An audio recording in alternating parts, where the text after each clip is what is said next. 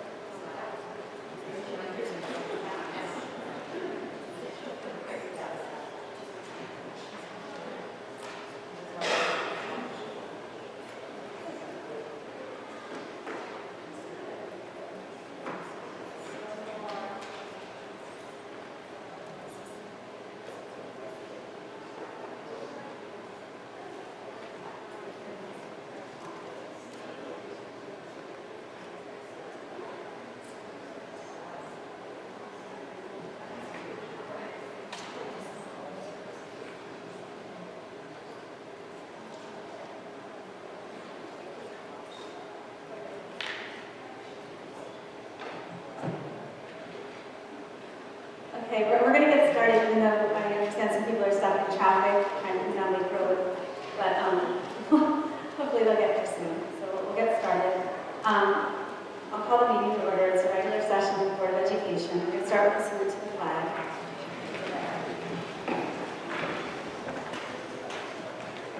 Allegiance to the flag of the United States of America and to the republic for which it stands, one nation, under God, indivisible, with liberty and justice for all.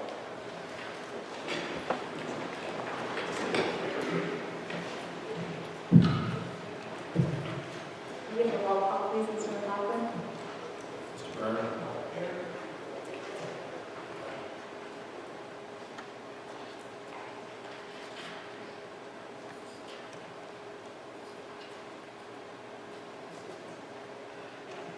Mrs. Squire. Here. Mrs. Brand. Here. Mrs. Cassell. Here. Mrs. McKeon. Here. Mrs. Richmond. Here. Mrs. Shaw. Here. Mrs. Woolridge. Here. Mr. Sada. Here. Mr. Mark Barron. Here. Thank you. I'll just draw your attention to the statement of public notice. There are two times when the public can come up to speak in the meeting. The first one is public comment on agenda items, where you can speak on anything that's on the agenda tonight. And then towards the end of the meeting, there's public comment on other items or any items, where you can speak on whatever you would like. I'd also like to point out that the meeting is being recorded. You can read the statement of public notice at your own leisure. We're going to have a board presentation, so the board is going to move down to the audience at this point. Take your packet.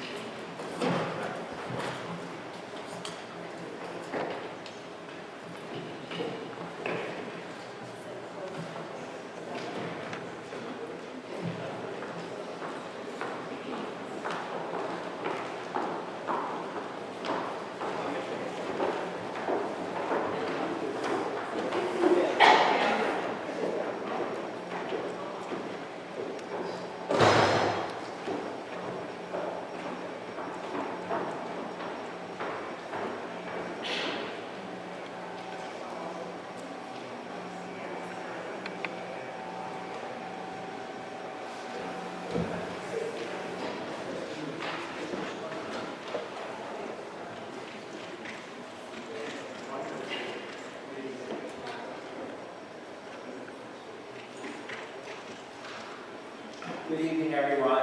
Thank you for coming out to our board meeting this evening. The next item on our agenda is Mr. Howard, who came out this evening to talk about a possible schedule alternative for Ridge High School. So, Mr. Howard. Thank you, Mr. Markarian, and thank everybody for being here. Over the last decade or so, a lot of high schools have moved towards a schedule that actually increases the amount of instructional time. It's sort of an out there schedule. It's called rotating drop schedule. Some call it the rotating double drop schedule, and I think you'll understand those descriptors as we go through the PowerPoint. So my objective was to take a look at these schedules and to research them to find which would provide increased instructional time. Over the years, we've added a lot to the curriculum. We've added no days to the school year. We've added no time to the school day. So as you can imagine, maybe it's time we take a look at doing something there. At least as a principal, I feel I need to do my due diligence to research and report.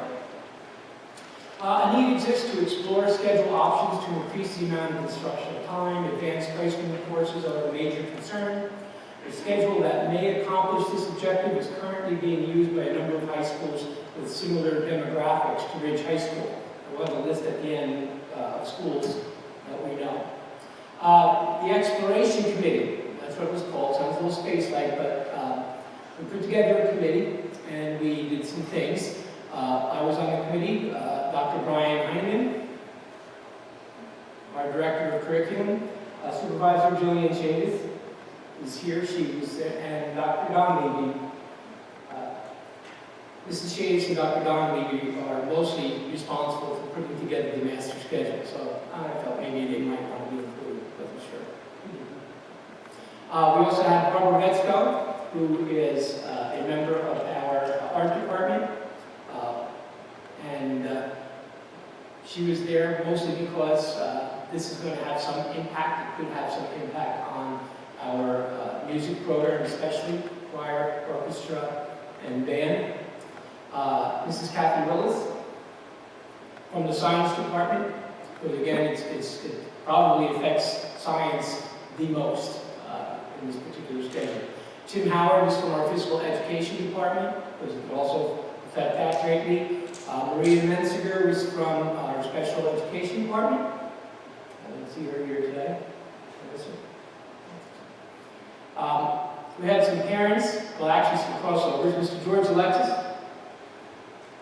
Mr. Alexis is not only a parent, but he is the principal of Watchung Hills, who has a lot of experience with this type of schedule. He was part of it at Chatham High School as an assistant principal, the supervisor, and then as a principal at Watchung Hills.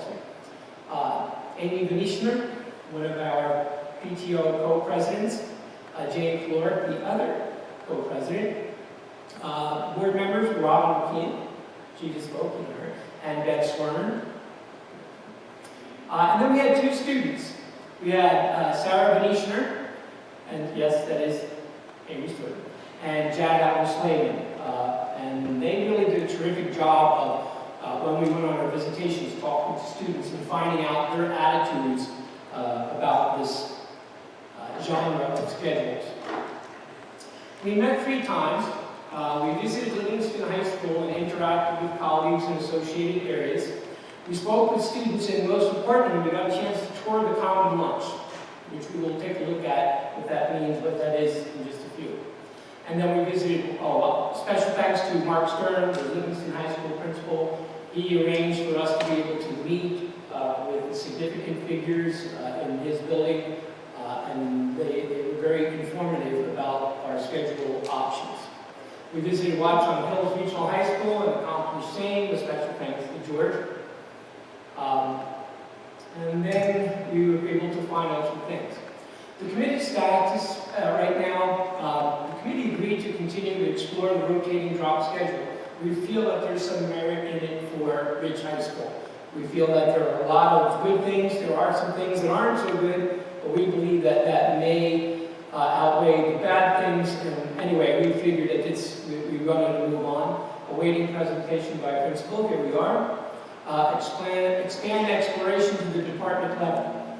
Now that we've had some We want to make sure we don't miss anything as we're going through. Some people may have some good ideas. So should we decide to continue to pursue this schedule after tonight's presentation, we will do that. The Board of Ed blessing, that's what we're here pretty much for today, to give you an update and see how you feel about the schedule. And then Dr. Donnelly, myself, and Mrs. Shades will derive a mock schedule over the summer. We will copy our database with our current choices, student choices now, course selections, and we'll see where we go with that. Rotating drop schedule. It really sounds complicated, but it's not. Each student schedules 8 classes. We still have 8 classes. That's very important. We're not changing the amount of selections or number of courses a student can take. There is a common lunch for all students. So just like now, students have 8 classes and a lunch. So nothing differs as far as their course selections. 2 classes are dropped each day in the regular schedule. 1 in the morning and 1 in the afternoon. 6 classes meet a day, 3 in the morning, 3 in the afternoon, but 4 are scheduled for the morning and 4 are scheduled for the afternoon, after lunch.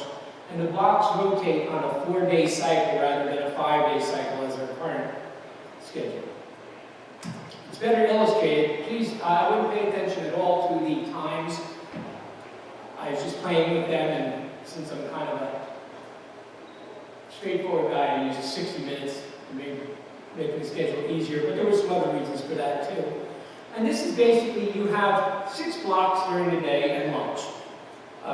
3 blocks meet in the morning, 3 blocks meet in the afternoon, and each day, a different period in the morning and afternoon are dropped. For instance, if you have day A, periods 4 and 8, and this can be, I took this straight from Livingston's schedule, but we may find we want to do it a little bit differently. It doesn't matter, you go vertically, you go horizontally, but it comes out to be the same.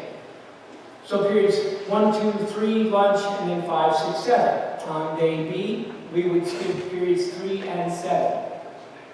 So day B would be 4, 1, 2, lunch, 8, 5, 6. Now you just notice that the periods rotate also. You just don't drop them. And at first I was like, well, maybe the rotation's a little confusing. Well, I found out that rotating is probably one of the biggest benefits of the schedule. I was pretty impressed by that. And there is day C and day D. It's a very simple schedule. Each day you declare it. Actually, Livingston, the other high schools, fill out a schedule for the year about when the days are. And if you miss a snow day, I'm sure that's going to be a question. And it was a day A, well, you just missed day A and you were wrong. So that the teachers have concrete planning time and not worry too much about things getting mixed around and what's going to be next. And so it's all set. Other schedules can be easily derived from here. Here's an all-period schedule. Let's say if you had a need to meet all periods one day. An example of that might be the first day of school. You want the student to see all their teachers, get all the materials, what they need to get and everything for on that weekend. So this would be probably a first day schedule. Notice the periods are still 43, 42 minutes long. I can tell you that's important because that's what we have now. It's actually 41 minutes most of our classes. So it still becomes a significant day in teaching as opposed to when a teacher's seeing a kid 21 minutes and they're in and out and not a lot gets done. A late arrival block schedule. Rotating drop schedule. This is not a block schedule. They use the word blocks, but it's not block scheduling. And this is what it would look like, depending upon the day. So if Mr. Markarian wakes up and it's snowing, which hardly ever happens to him, and he calls a delayed opening, nothing would change as far as the classes for the day. Obviously, the times would change, but not the classes. Abbreviated schedule, also known as half day. This is where we do not sell lunch. I put a la carte there because that's what we do now. The kids come in and they can buy from the cafeteria a la carte if they have a study hall in there or an opportunity to visit. Okay. As a committee, we looked at a lot of different things and we discovered some of the advantages to the rotating drop schedule. First of all, it reduces the number of students losing credit in period 1 due to lateness. Right now, period 1 is period 1.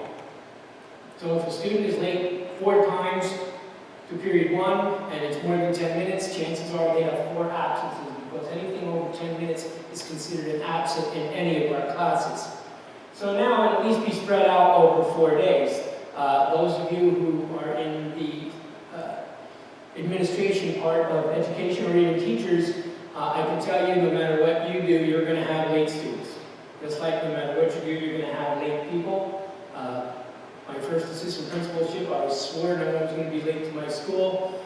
Yeah, experience teaches you a lot. Athletes leaving early for contests do not miss the same class each time. Because each day ends with a different period in a 4-day rotation, students who have to leave for swimming, hockey, when we get into state tournament time, often we have to travel a great distance and the games are played earlier.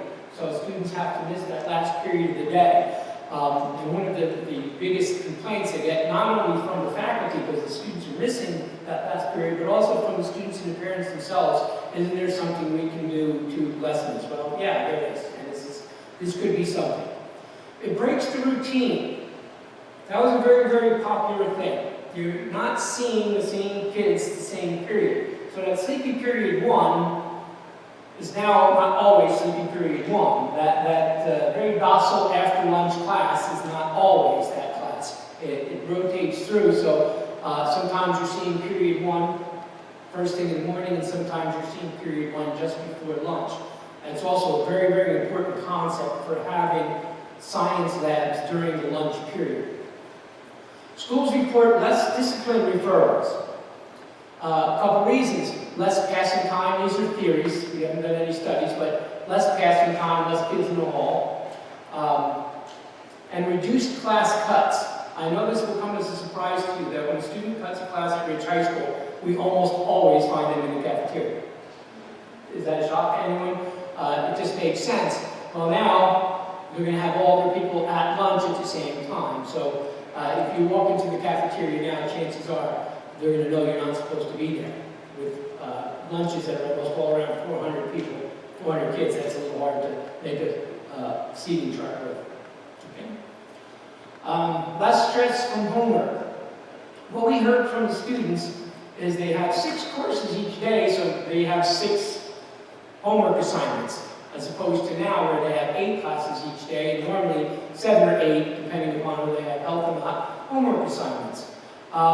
And a lot of times if I got my chemistry homework tonight, but I don't meet chemistry again until Wednesday, I can manage that till tomorrow, or I can do it tonight, whichever I prefer. But it does give them some chance to manage their homework better, and that was a big deal to them. It allows for lunch labs. I did mention this. This is a very important concept, especially in scheduling and room usage. Students really enjoyed the common lunch. We were surprised. I think that the 2 students who were talking to the other students, Jad and Mrs. Medishner, they said they found one kid who really didn't like it, and he didn't seem like he liked much anyway. So, but that was what they reported back to the committee. We sent them out. They had their own little survey, and they went out into their population during lunch to talk with the students to see how they like it. Club meetings can be held during lunch. This is very important. We have a lot of students who do a lot of things after school, sports, whatever, and this gives them an opportunity to be part of a club that they normally would not have had the time for. They could have lunchtime meetings, do lunchtime activities. So if we have a student who's a 3-sport athlete and they want to be involved in the Habitat for Humanity, that is possible now. All seniors can enjoy the late arrival early dismissal option. At Ridge High School, we have something called the late arrival for seniors. Any senior who has a period 1 study hall is allowed to come in for period 2.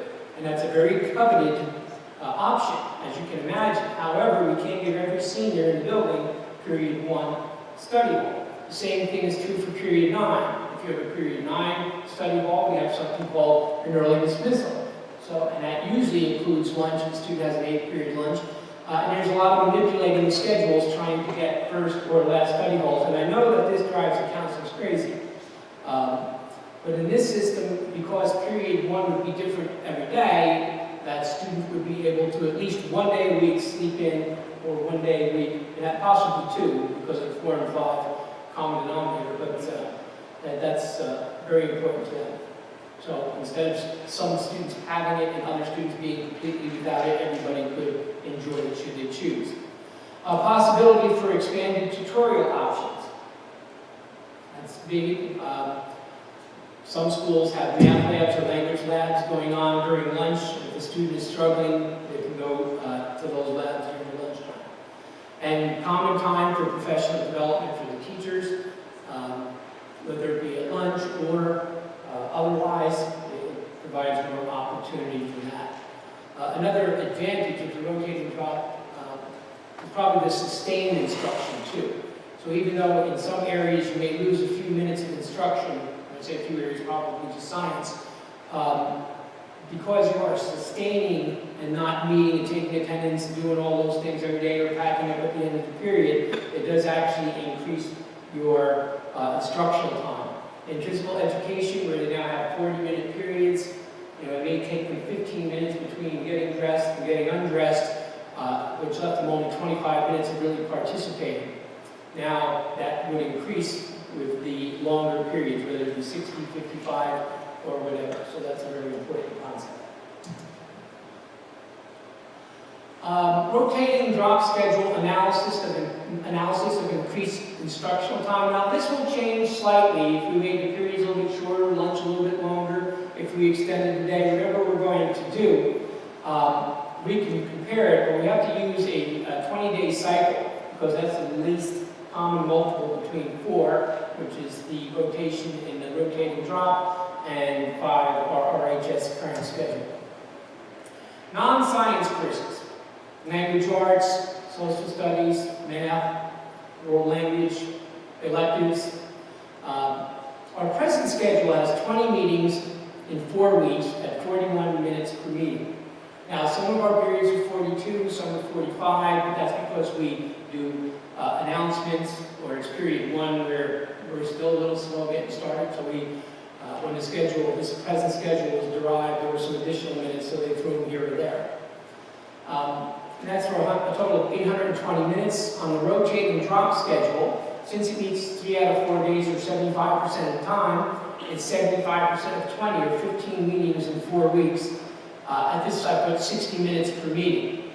That would be ideally for me. There may be some other things we can do with a 60-minute period. And phys ed, there was a problem there. I thought I had an epiphany, and it soon vanished. But anyway, there is still something we might be able to do. But that's 900 minutes, and simple subtraction tells us we have an additional 80 minutes per class over the 20 days. Okay? And that is important. And that would be 20 minutes per class per week, if you want to look at it that way. For non-AP sciences, if we have a lunch lab option. Now basically what happens is whenever the science class meets before lunch or immediately after lunch, there's a lab connected to it during the lunch period. So a student who has 4th period science and on day, I think I call it day A, they would have a lab on that day during their lunch period. Some schools do a half lunch period. Most schools do a half lunch period for their non-AP sciences. Some schools do a full period with their AP sciences. Schools have reported that whichever they did, they still performed very, very well on their AP sciences as we do. But in a rotating drop, we have 15 minutes over 4 weeks. I'm sorry, let me go back. RHS has 24 meetings over 4 weeks because non-AP sciences meet 6 times a week. I have a double lab period 1 day. So that would be 24 meetings over 4 weeks or 984 minutes. Rotating drop has 15 meetings over 4 weeks. At 60 minutes is 900 minutes. if you add a 20-minute lunch lab. Now, those who are in will just continue, and then there's another system where kids who are at lunch would have to report 20 minutes early to their afternoon block, the first afternoon block, in order to attend lab. And that's 100 minutes.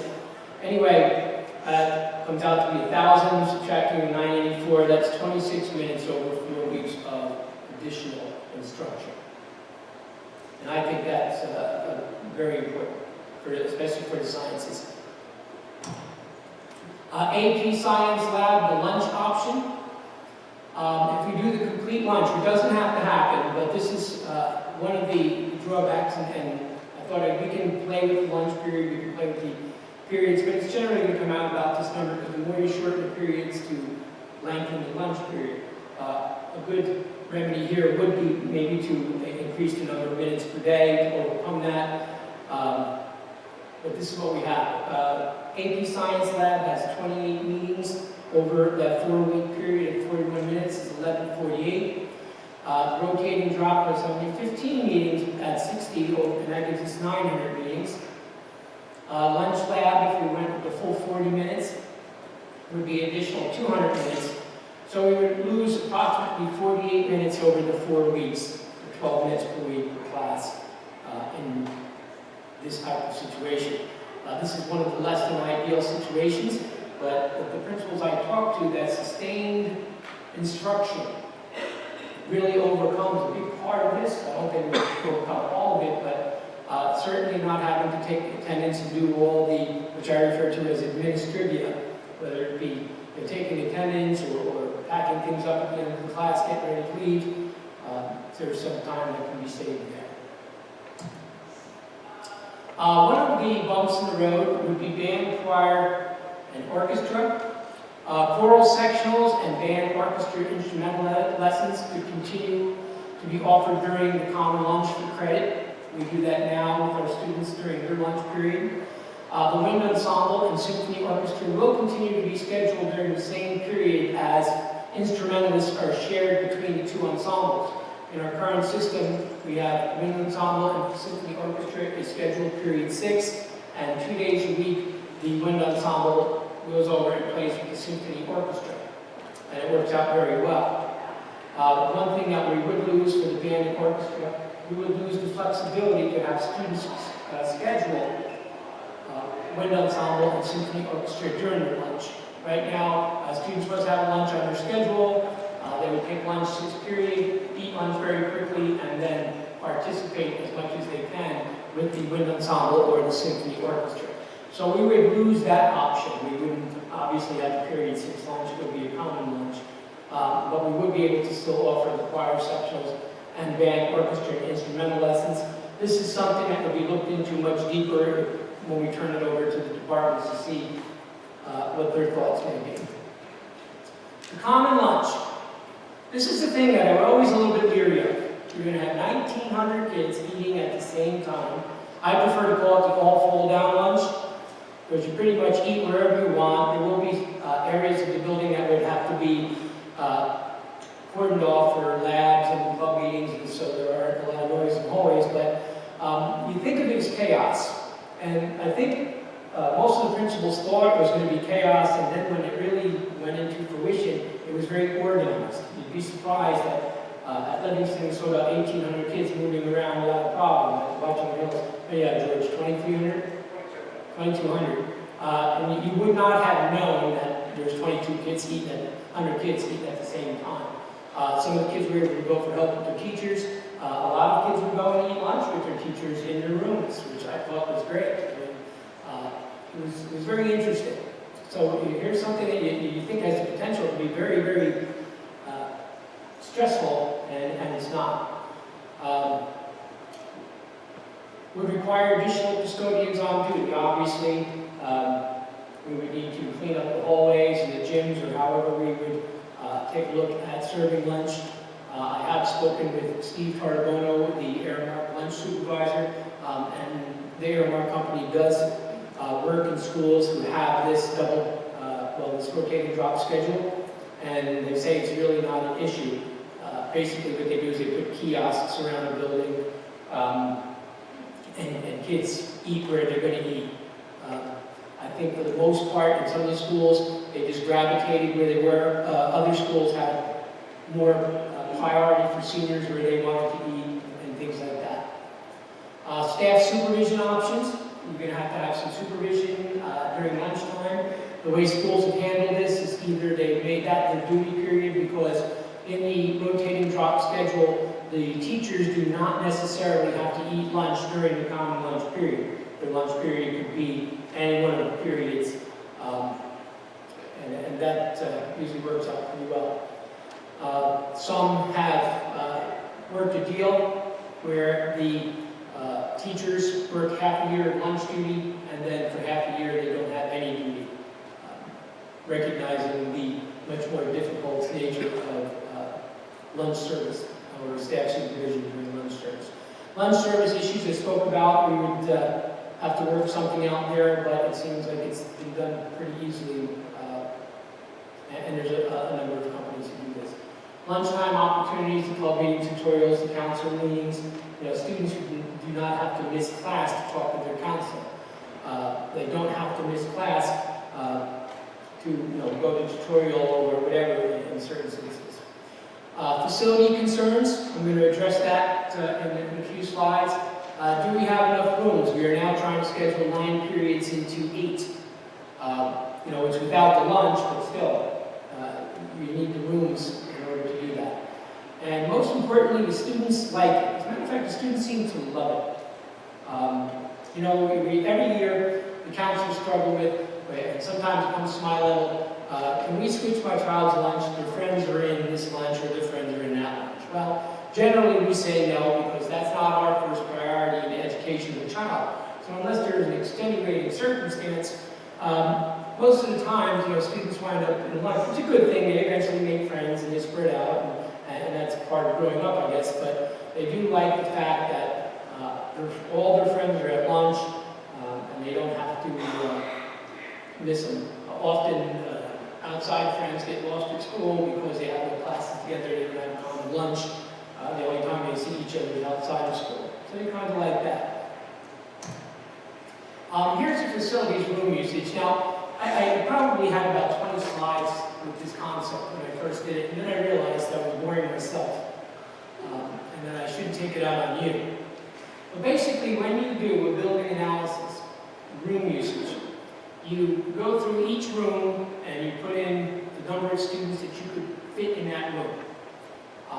And then you add it all up and you come up with a number that represents a full building.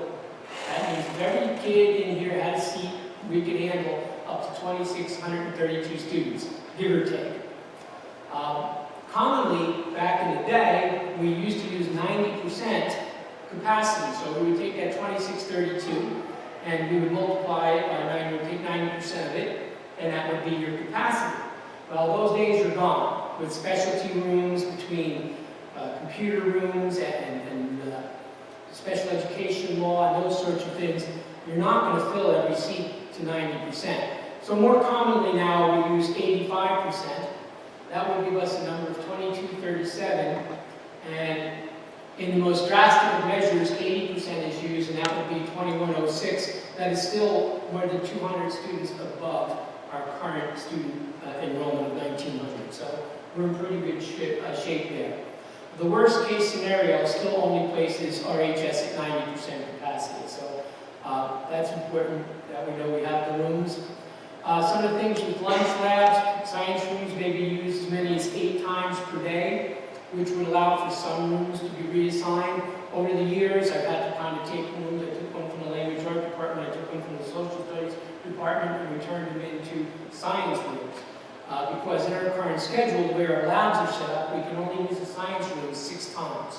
And if we use every science room 6 times, we wind up with a real problem with study halls and phys ed during periods 2, 5, and 8.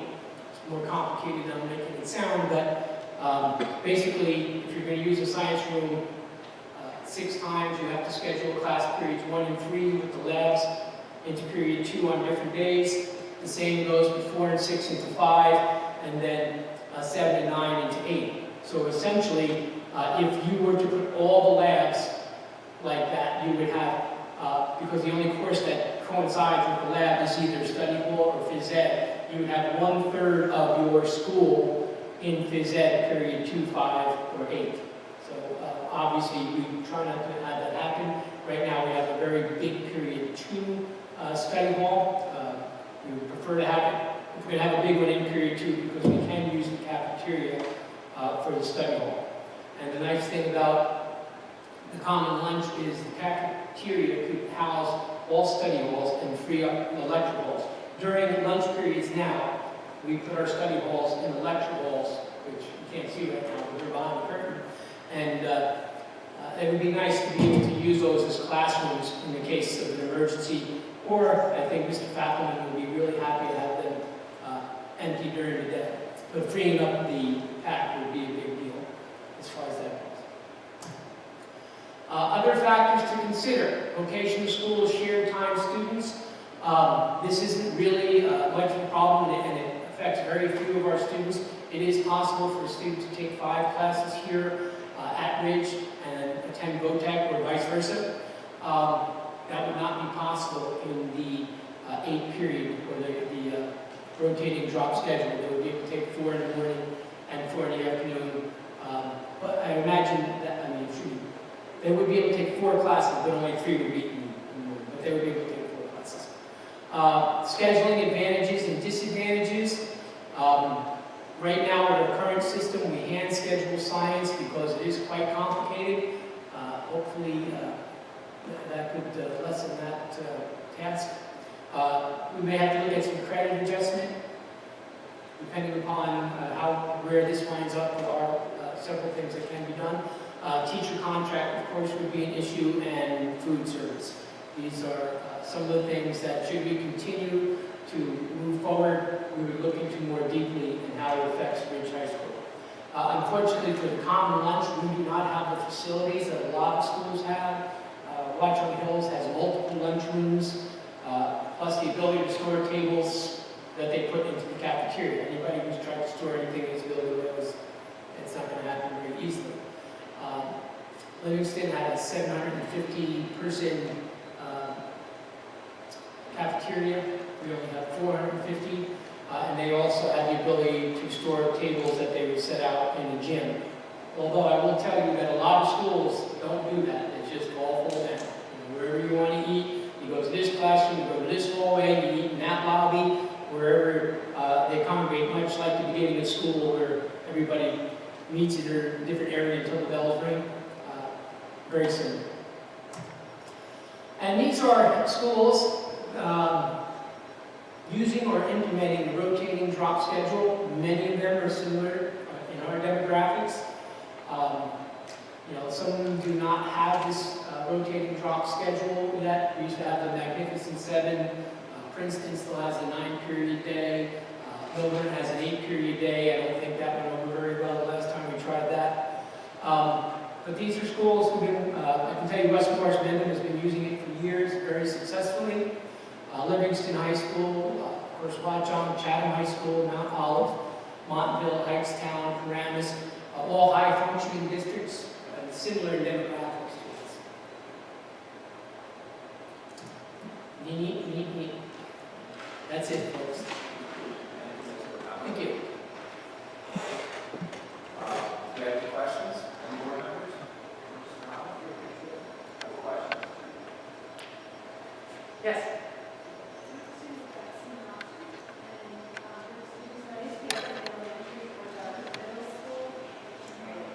I'll repeat the question.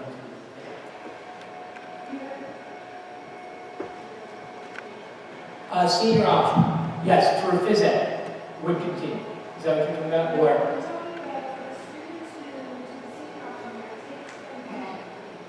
When they take the study hall and then they go to the elementary schools to work in the classroom, my daughter did it at Weedman in the ninth period algebra class. the senior internship, it would run very much the same. It wouldn't occur as frequently because of the rotation of the afternoon classes, but we could still make it. Yes, Linda? Adopting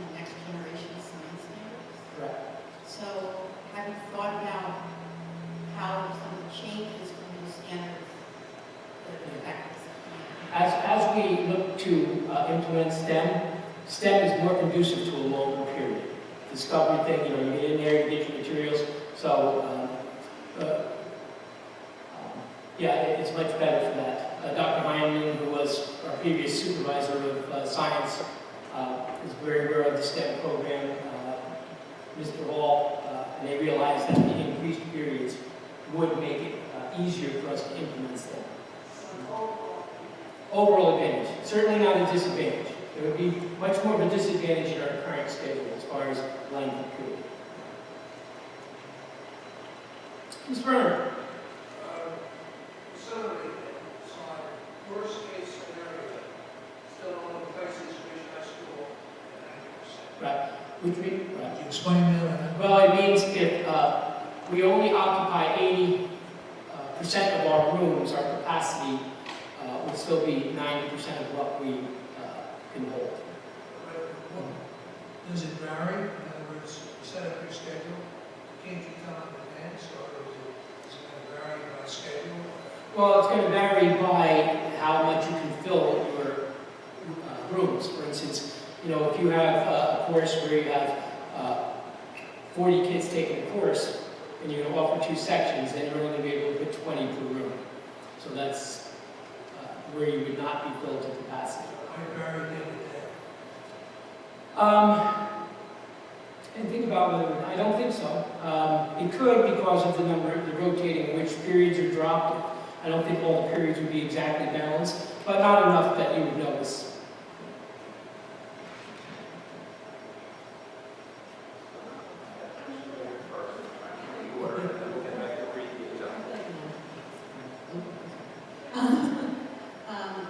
The thing that's troubling initially is the reduced time in AP sciences. Correct.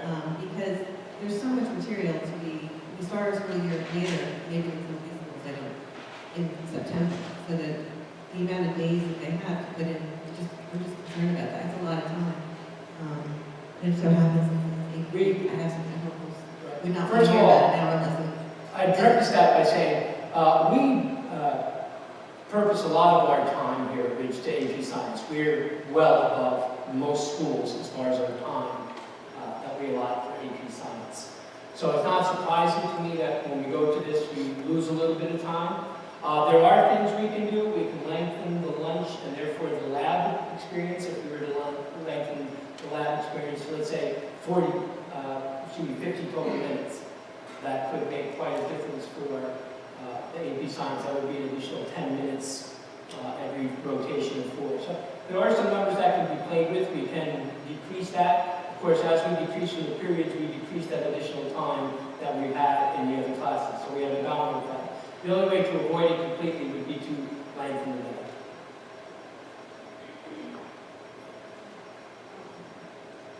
And one of the stopping recipes, can you just go over those labs? Because it seems to me, listening to you, everything is being shoved into the lab. The labs, the music, the go get your help from the tutor, go have a club, everything is going to happen at home. That means students can do less homework than anything they used to be able to do. That's the feeling I'm getting. So can you at least explain the labs to me? Because if the classes are adjacent to lunch, I get it, and it's Okay. part of the lunch, that's fine. It was when they're not adjacent, they're gonna have a 20-minute lab, Oh, no. and then. The only time there's a lab associated, right? The only time there's a lab associated is when those classes meet prior or just after lunch. So on A day, in this particular instance, if a student who had science period 3 would remain in period 3 for 20 minutes into lunch as their lab. That would be their lab period.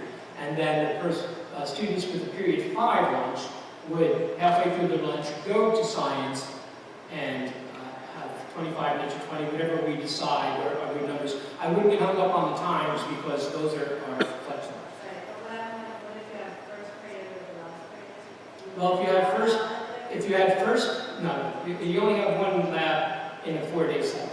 So if you had period 1 science, on C day you would have a lab. Because C Day, period 1 meets just prior to lunch. And those with science, period 7, would have lab, lunch, and then after. Also, I want to clarify that, have you counted how many students would be affected by the arts? Because chorus, orchestra, and ensemble, they all do things that they will miss out on because they have difficult classes and now they can't have the arts. There would be students, as we have now, you know, a student who unfortunately gets a singleton during 6th period is not going to, has to make a choice, is what it comes down to. And it would be pretty much the same as far as that goes, but I don't know how many students this would affect at this time. That would be when we go into research it further. But certainly, I do believe it would have an effect on the music programs. Right, when we do a mock schedule, we'd be able to see that. So the other thing is we continue to compare to the old 9, 7, or 9. What I would like to compare to is to see which very good music programs in the state have block schedule. Because if they're very, very good programs and they somehow are able to do it, then I would like to know that.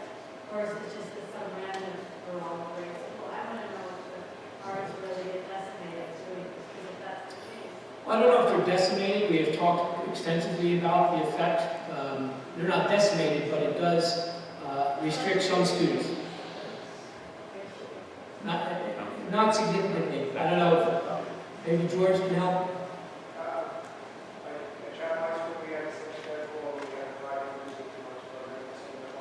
Yeah, you have a very competitive music.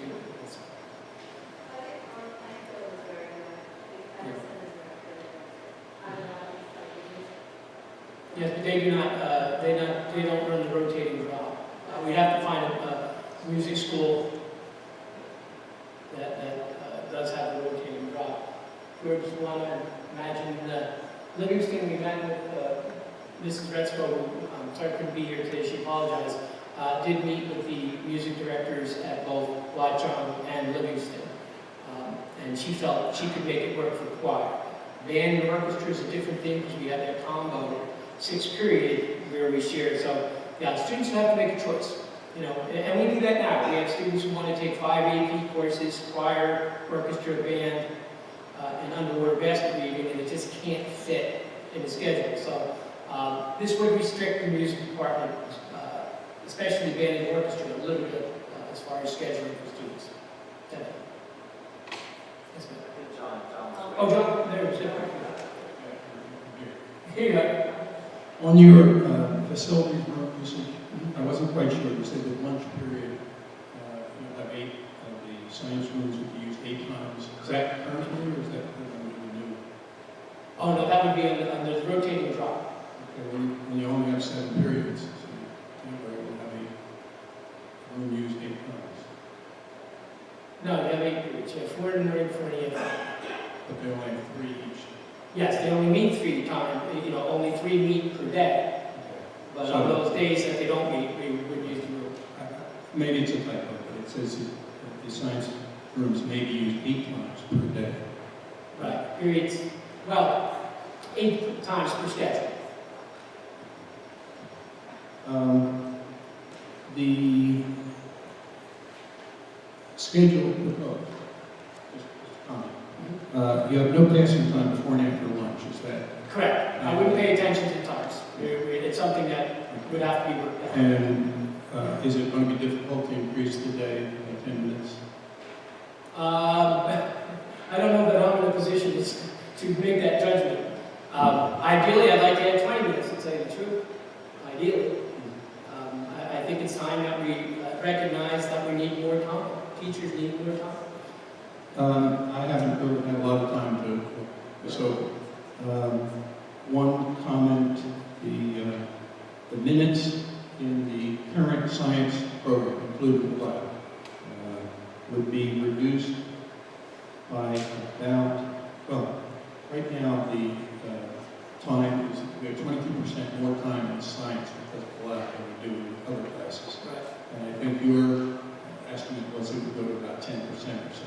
Well, we would actually lose time in AP Science unless we were to do something with the day. Well, even regular science. Regular science, yeah, I didn't figure out I know it's increased instructional time for the science. As far as the percentage it is of other, I didn't think that was a factor. Well, AP, right now, it's 44% time, I believe, and this would be cut. You mean as comparing science to regular classes? Right. Yeah, I just didn't think that was important.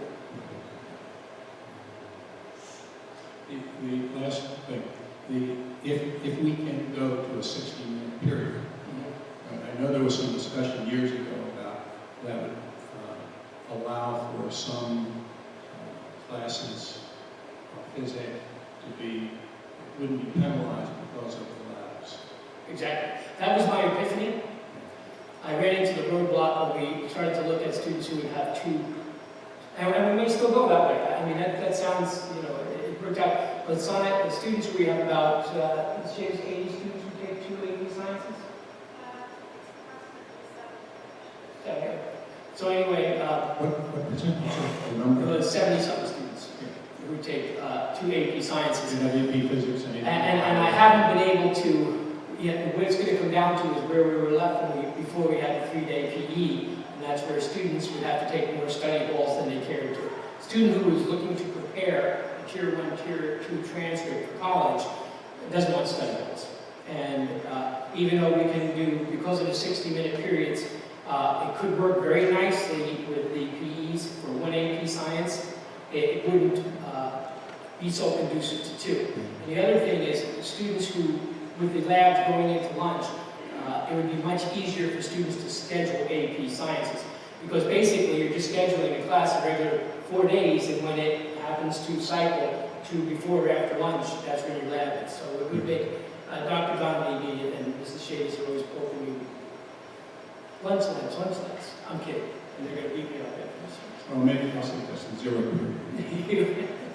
But yeah, there are things that need to be worked out. Right?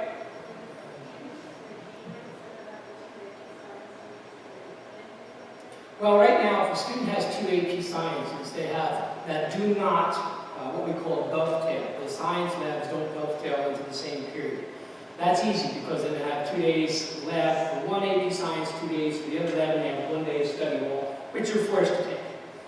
And the situation that John and I are talking about, that doesn't work very well at all, because one of them, they would wind up with at least 3 days of study hall, and that's even more than we're doing now. Right, we have the 3-day, right, we have the 3-day PE now where they take PE 3 days a week in conjunction with 1 lab, and then they take 1 day of PE of the other 3 days to give them 4 days. It's important. We have a 150-minute requirement for PE, and with 41-minute periods, obviously you need to do 4 in order to meet that requirement. You're saying within your class schedule? Well, it wouldn't be worse, but well, maybe it could be worse. Actually, it would be 3 days of study hall as opposed to the 2 that we can work at now. So, and it would be 3 days for a much longer time. So, I'm not satisfied with that. But the nice thing about it is it's much easier to schedule. Those students who wish to take 2 AP Sciences would have many more options at their hand because you don't have to deal with that lab. That lab is like, trying to put the square peg in a round.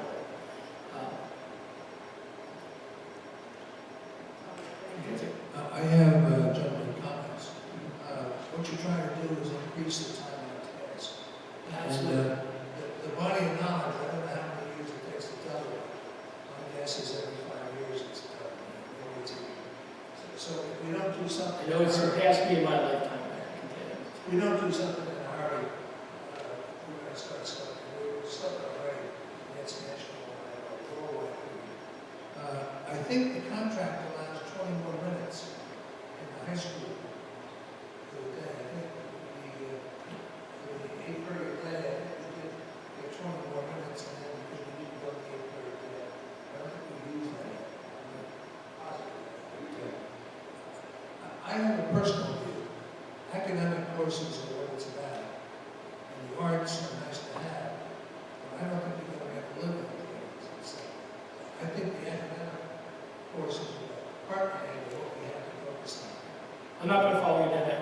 understand, but that's my own personal. A very bright man once told me, never pass up a good opportunity to keep your mouth shut. And I'm going to listen to that guy right now. I met him, but I don't know him. I am concerned a little bit about the science. But I don't think the labs are the heartland of the science. Because I think that you could do that during a class and show a video of the lab. I don't think you have to have a beaker and stir it up. So I wouldn't be opposed to changing that the labs around. I think my experience they were a waste of time. So, but the academic program, Don't hold it for me. I understand. The academic program is I understand. And the nature of labs has changed over the years, at least my years in education. You know, from the fact that you can now opt out of labs, which is, you know, we were cut up to learn whether you liked it or not when I was in school. so much of the things you do, you can't do it. You can't run a big motor or power plant or a nuclear reactor. You know, It's certainly sometimes much more efficient to show a video or some type of visual thing. and you can't make a living in the arts unless you something else. Okay, does it sound like maybe what we should do is work with the mock schedule a little bit and then revisit and see where we're at with some of these issues? Exactly. The mock schedule is very important so that we, you never know what you're going to run Do into. another round of questions, take it from there. Okay. Can we do that? Can we move on? This is, just for anybody who might be, this is a long way away, even if it's to be instituted. I think it took Livingston 5 years to implement this schedule. They were one of the forerunners, and you know, a lot more schools have gone through it since then. I'm a believer in the second mouse to the trap gets the cheese. So, you know, that's where I am now, and I think that this schedule has enough advantages and popularity with the students as far as everything from scheduling to stress management. At least that's what the students tell us, that it's a less stressful scenario. I think it's very much worthwhile moving forward, doing the mock schedule. As much of a pain that's going to be to run 2 master schedules in the same year. But we won't really have to populate them that way. Anyway, I think it's something that we really should take a look at this point. In addition to running the mock schedule, I think now's a really good time to take this to the departmental level, because I really feel like the teachers are going to ask better questions than the ones we're coming up with. And if they're anticipating problems or challenges, I'd rather know now before we get too deep into it.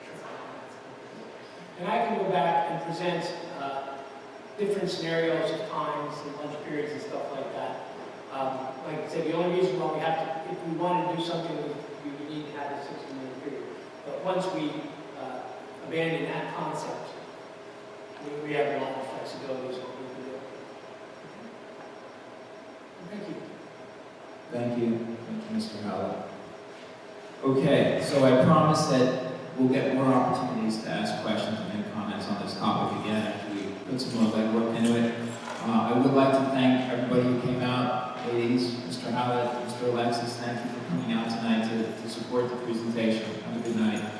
And of course, to thank everybody that's been supporting Mr. Howlett on this committee, our board members and members of the public. We appreciate your help.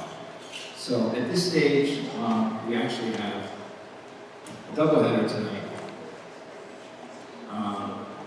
Mr. Kern, if we could work the screen again, we are going to move on to the next presentation. And hopefully, our board members brought down their packet on the budget presentation. And move to that next. So at this stage, I'm going to ask our business administrator, Mr. McLaughlin, who's going to start the presentation by going through the financial picture of the 2015-16 budget first, and then we'll kind of tag team some of the other topics together.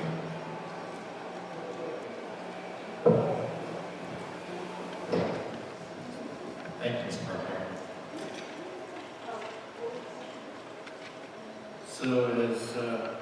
Markarian indicated, this evening we're going to have our annual public hearing on our budget, which is statutorily required. It's going to be advertised in the advance. I will be co-presenting with Mr. Markarian, our director of Dr. Hyman. I'll lead off with the finance portion of the presentation.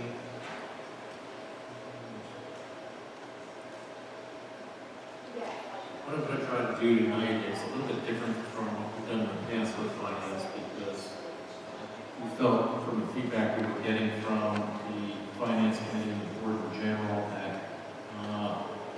there was a sense of need for some more insight into some of the challenges as well as some of the successes that we've experienced over the last couple of years with respect to preparing a budget that enables us to sustain the exemplary level of education we have in the learners. So the first slide we have up here is a typical budget expenditure snapshot, which compares the proposed budget for 15-16 to our current year's final adopted budget. And you can see where the general shifts were in terms of appropriation. The general operating expenses of the district are all of the instructional and support expenses of the district. So essentially everything from soup to nuts, excluding capital expenditures. As you can see, we're up $1,506,311 year over year. Capital expenses are down $1,058,246, and the subtotal for general operating funds is a plus 448. Federal grants are down slightly. We're seeing the third year, as you'll see further on in the presentation, of the federal sequestration, so it's kind of plateauing at this point. Our debt expenses are down again as a result of additional refunding, I should say, of bonds that we've done during this past year. And overall, the total budget, therefore, is only up $349,000. But the key really is what's going on up top in general operating expenses. That's where instruction is, and that's where the support for instruction is located. So that $506,000 increase, salaries make up the lion's share of that, just over $1.3 million. The major drivers there were contractual increases with our collective bargaining agreements. Extended school year costs have increased significantly over the prior year. Leave replacement costs are up slightly. Home instruction and substitute costs. Non-salary costs make up the balance of the increase, and the major drivers there are really starting at the bottom. Health benefits are more than half of that. And then guidance, testing for math and GT, special services evaluations and assessments, and the costs related to the BRDT program that was implemented. So here's where we begin to take a little bit of a deeper look into what the trends have been and begin to get a sense of some of the challenges. If we look at the budget revenue snapshot for a 3-year period, you'll see that fund balance is relatively flat over that 3-year period. And we need to be able to sustain that through the management of the budget year in and year out, because that $2 million every year is really essential to sustain ongoing programs. It's not used for one-time types of expenditures. And I'll talk a little bit further on about why that's the case.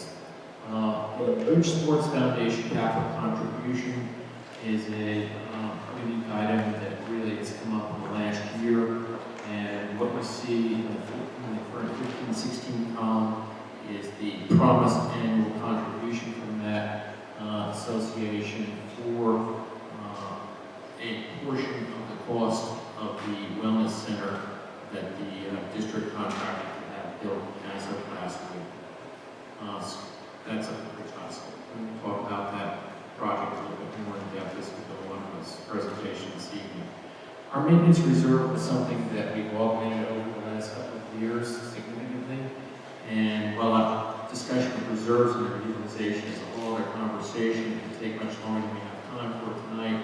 The point really, I think, to take away from the presentation where you see the decline in its use in this current proposed budget for 15-16 is that in order to sustain it, we want to make sure that we can rely on a minimal draw from that reserve as much as possible year in and year out. So it's there for us in terms of emergency. It's there for us in terms of years where we're not able to balance the budget and sustain or expand our programs as necessary. It gives us a little bit of flexibility in our overall budget by allowing us to basically have an inflator, if we will, in that segment of our budget. Interfund transfers were those funds that when I came to the district, Mr. Mark Herring pointed out to me that there were some grants from the School Development Authority back in 2007, 2008, that our auditor had also identified where we had some reimbursed claims as yet. And so we've gone after those funds, and that's why you don't see anything further left for us to claim. We will, with the conclusion of this fiscal year 14-15, reclaim the balance of those funds, which is $145,000 this year, and therefore nothing next year. Tuition and miscellaneous revenue is relatively constant year over year. Really, the lion's share of that is $1.25 million of tuition for students that attend our special education programs. We have a very robust special education program in the district, and as a result, other districts do send their students to us where we have space in classes. This obviously helps us offset our operating costs, but it's relatively constant. The general levy is the one area in the budget that we do see some increase in. It's an increase, and I'll talk about it a little bit more in a few slides, of about 2% a year. State aid, this is also a slide that I'll have a more in-depth discussion on in a minute or two, has been one of the real challenges that we've faced for the last 7 years now.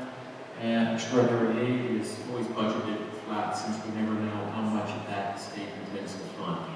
It does not tell us until usually mid-June how much it's going to fund us for the current year. So the year is over by the time they tell us how much they need. Federal grants, as I indicated, over a 3-year period, you can see the effect of the sequestration. Debt levy over 3 years is down 286. There were refundings. Fund balance is really a result of the timing of the refundings and the size of the refundings that we do in a given year. And those aren't something that we have the option of just unilaterally doing. The original bonds themselves stipulate a time by which and in which we may refund. And usually it's about 10 years into a bond series before we can begin to refund it. So that leaves us with state aid, which follows in suit with debt levy. So as we refinance and reduce the total amount of debt we have out there, the amount of service the state gives us towards that, of course, will drop accordingly. So this is really one of the biggest challenges that we face. And every year we talk about it, and then I think we're just consumed by all the other mandates and directives that we have for both the state and the challenges that we have as a community in trying to do the best we can for our students. But we really should be focused on this a little bit more as we are now going into what amounts to the 7th year where state aid has been flat. In the year 2009-10, the state had promised to give us $4.7 million. That was under the new School Funding Reform Act, which was a new funding scheme that the state had developed and implemented. And then mid-year that year, the administration changed in January of 2010. Budgets were cut in terms of funding by almost 30%. And they've never really been returned to the level that they were promised under the state's funding scheme, which is a constitutionally approved funding scheme. So, in total, we've lost a minimum of $14.3 million just to our district.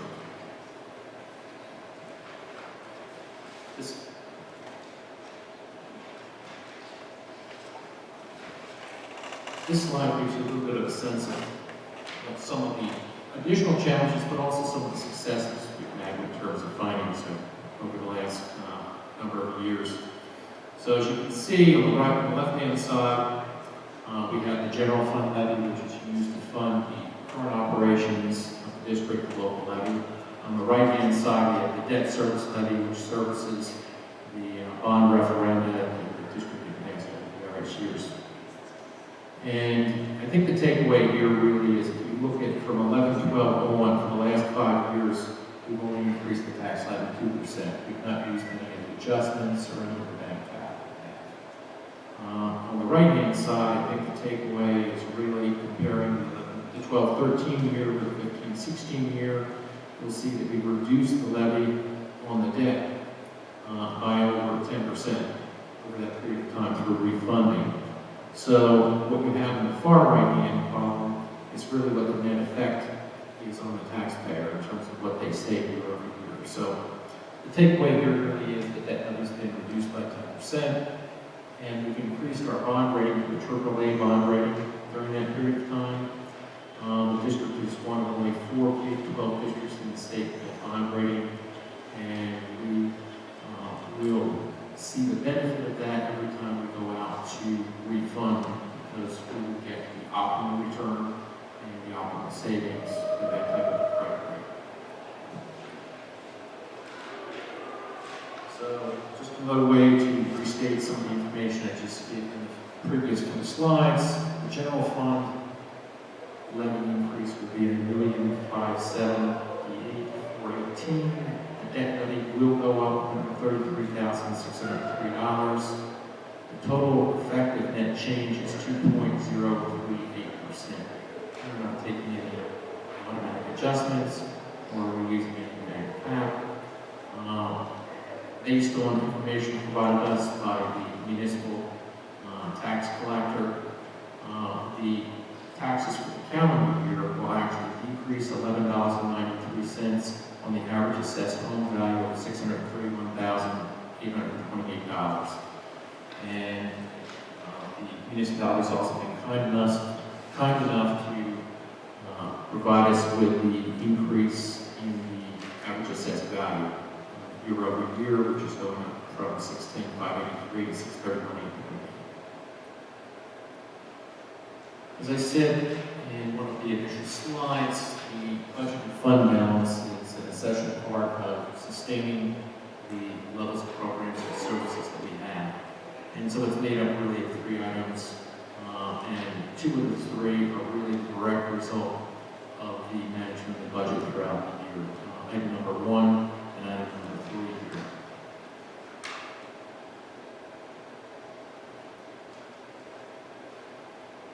We always like to talk about capital projects, and Mr. Markarian will, in his segment of the presentation, talk about the specific projects in much more detail than what I have here. But from a finance perspective, one of the things I'd like to point out is that while we are undertaking over $3 million worth of capital projects this upcoming summer, only 160,434 of those are actually reflected in the budget that we are seeking to approve here tonight. Through our long-term capital planning initiatives and pre-funding, we've been able to set aside funds that will allow us to continue the pursuit of our capital project needs for the next 5 years without utilizing our current operating budget, which allows us, as you will see in a few minutes, some more flexibility in what we do with the limited resources that the state gives us and with a limited tax revenue increase. That said, there are 3 projects, or actually 4 projects, I should say, that are of magnitude going on this summer. The Secret-Hill ventilator replacement and HVAC upgrade, so we will not only be replacing outdated ventilators, but we will also be upgrading the system's controls and putting air conditioning into the rest of the instructional space. The same is true for the 400 and 700 wing high school, and then of course we will be doing the replacement of the artificial turf at the field, and we will be renovating an Aramark storage area to create a new 3,400 square foot wellness center. So just to recap some of the major factors in this year's budget. State aid was flat again. Current programs and services are sustained and in fact expanded potentially in some areas. Mr. Markarian and Dr. Hyman discussed those in more detail in a few minutes. The local levy itself is up 2% on the prior year's local levy. That's just for current operations. The budget continues to address our long-term capital needs, and enrollment in a variety of programs and classes will be the determining factor in considering additional staff. So I gave you a year-to-year budget snapshot. This is a 3-year budget snapshot where we start to drill down a little bit more and see what some of the challenges are, what some of the successes have been. But it also gives you an idea of how thoroughly we have to basically scour the budget every year in order to make some of these things happen. As you can see here, total general operating expenses, and keep in mind again that's instruction and support services, is up over 3 years, just under $3 million. And capital expenses are down 437. I've explained to you really what the driver is for that going down. It's basically the funding and the implementation of long-term capital plan, which allows us to take that out of the current operating budget for the most part. Here's a little bit further breakdown in terms of how that $2,996,000 falls out. Actually, construction costs have gone up $3.2 million, and support costs are down just under $251,000.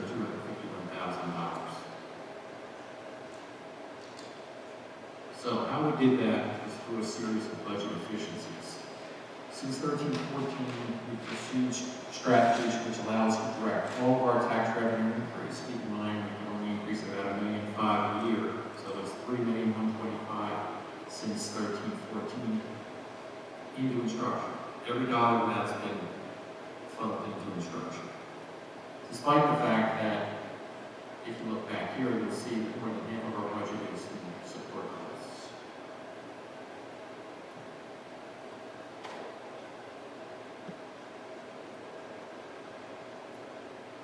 Since the general operating revenues have only increased by $2.5 million, the way we were able to facilitate an increase of $3.2 million in the instructional portion of the budget was through, as I said before, a long-term capital plan, which allows us to pre-fund and move our capital project needs out of the current budget. This allows us to reallocate $437,000 to instruction.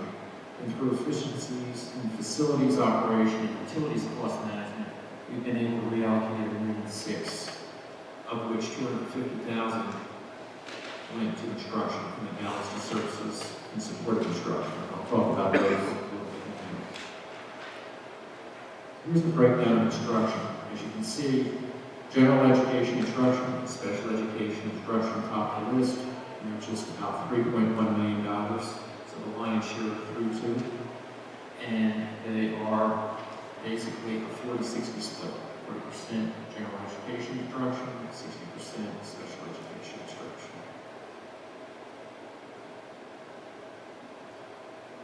Of the $28,022,000 that's in the proposed budget for general education instruction, this is really breakdown by building. This is how it breaks down between salaries, supplies.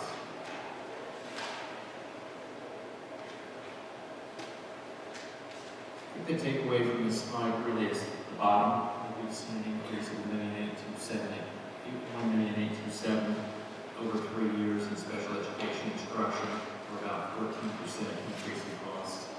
But what it's driven by is really the top row. As you can see, while our total general enrollment district-wide, our enrollment district-wide has remained relatively constant, the number of classified students within that population has grown by about 15%. So that's the direct driver for this cost. Here we have a 3-year breakdown of support costs. As I indicated a few slides previously, I think the big takeaway here is really the operations and plant maintenance, which includes utilities, is through various efficiencies, been able to be reduced by $1.6 million, and that's been reallocated primarily to everything from the lines above that. So we begin with health services, which is nursing services, related services, which are PT, speech, therapy, physical therapy, things of that sort for our unclassified students, extraordinary services for our classified students, guidance services for all students, our child study team, and then really the only reduction there is the media center, which is really has to do with here when we were out kind of looking at technology and supervision and improvement of the service. Take a look at transportation, you see that that pretty much offsets the capital and employee benefits. And over a 3-year period, you can see that for employee benefits, we were pretty much flat for 2 years in a row. And we've had a bit of a bump this year, but it averages out to 2.46% over 3 years. At this point, I'd like to hand the mic over to Superintendent Barry.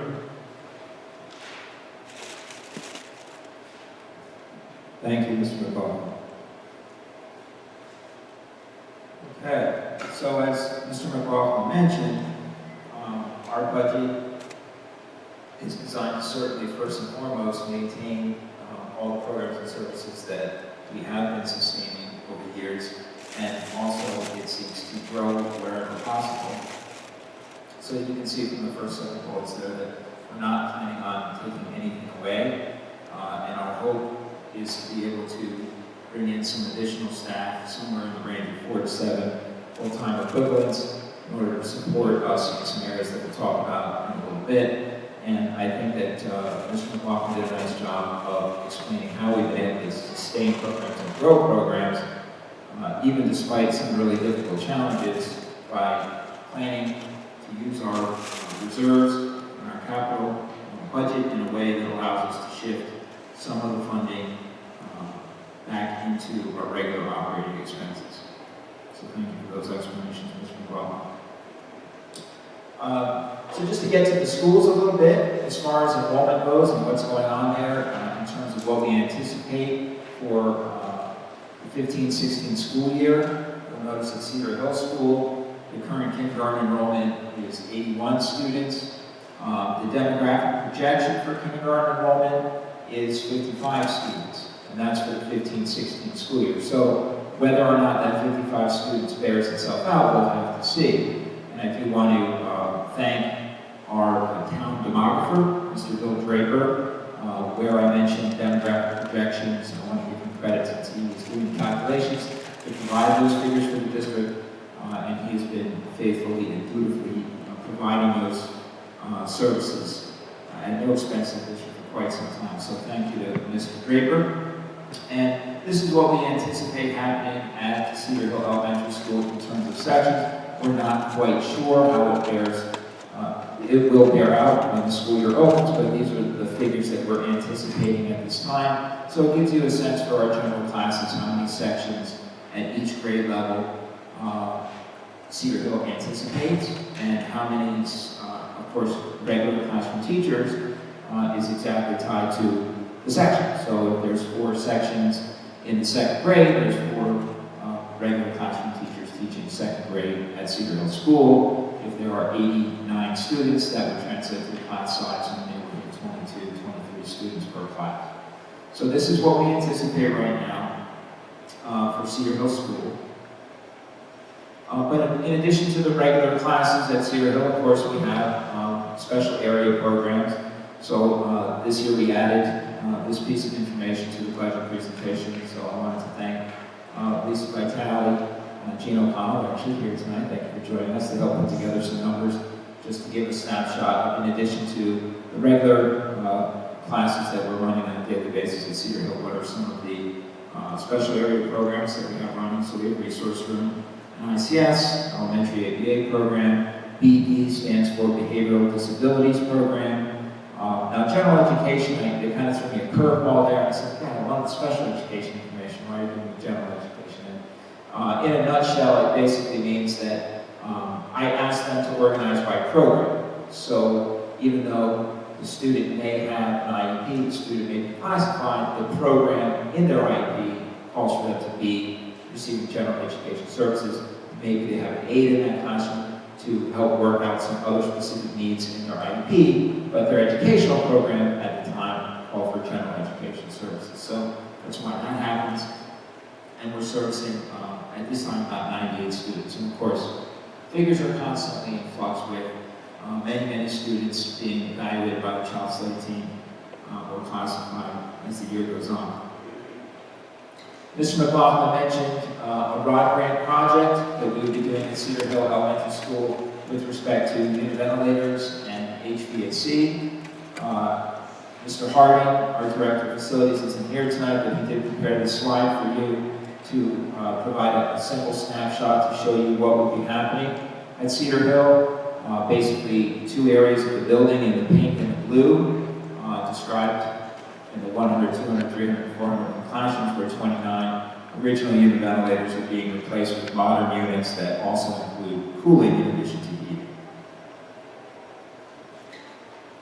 Moving on to Liberty Corner Elementary School, our kindergarten enrollment now is 93 students. And again, our projections call for less students, 74. In projecting right now, we're kind of guesstimating the kindergarten enrollment at around 62, but it's no surprise we know that as the summer months pass by and families that maybe moved to town or just decided until the last minute to register their children can affect those numbers greatly. In the same way, Liberty Corner School does service some special needs students through their programs, 85 students mainly distributed in resource room, ICS, and LLD programs at Liberty Corner.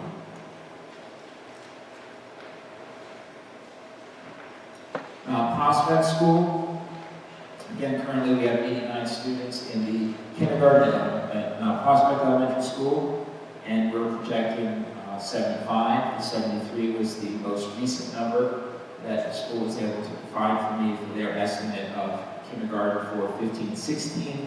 So if we had 4 sections of that, we're looking at 18 to 19 students per class. And these are the number of general education sections that we anticipate for Mount Prospect. Mount Prospect has a very rich special needs program. There are 135 students or so being serviced right now. This is a snapshot for what we anticipate happening. We run the PEACH program, the POWS programs. These are preschool programs for students. We have full-day preschool at Mount Prospect. We have elementary ABA, and of course we have resource room and ICS as well.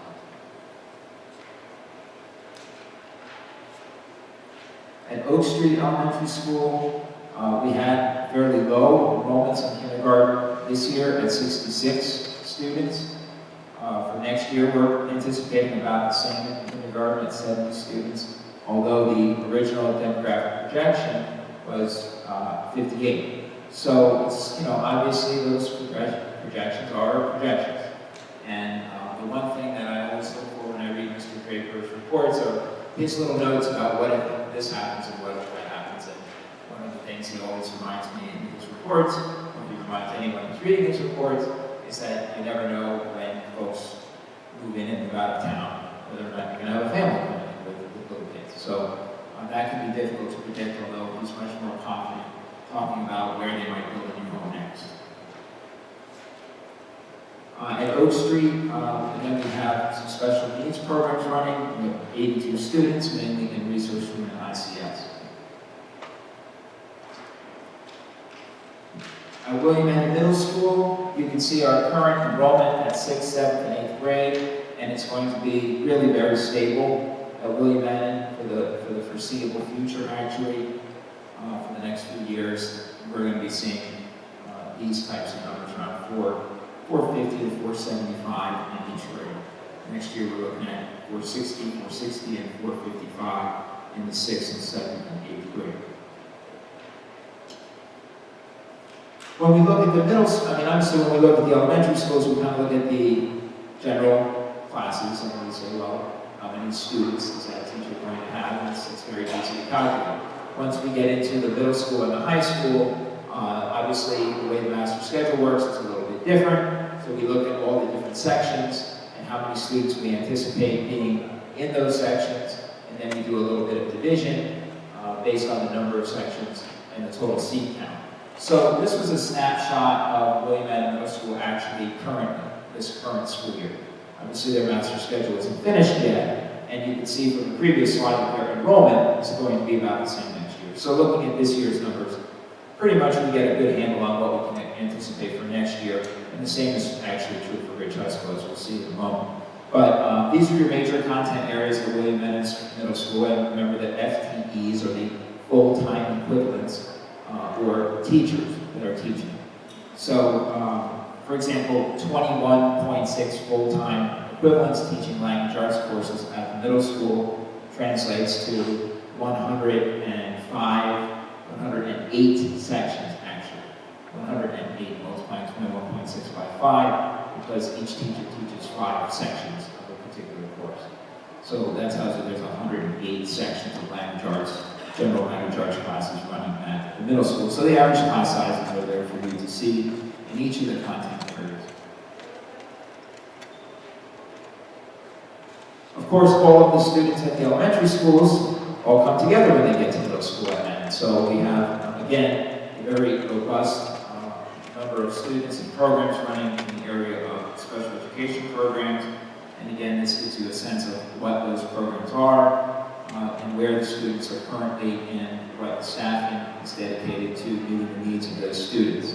Again, ABA is the autistic program. ModCog is moderate cognitive disabilities. ED is behavioral disabilities.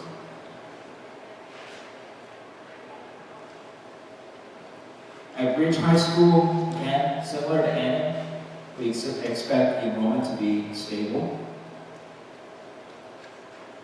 Very similar between last year and this year, or what's predicted for next year and what the current enrollment is. I remember when Frank first saw that 502 in the 10th grade. We're over 500. Similar analysis for Ridge High School. Again, this is using the 2014-2015 master schedule data to take a look at the average class sizes. As we can round those class sizes all together as a whole person. But it gives you a sense of where we stand in managing our student to teacher ratio. At the high school, we also offer many of the same special needs programs, and our number is 274 students.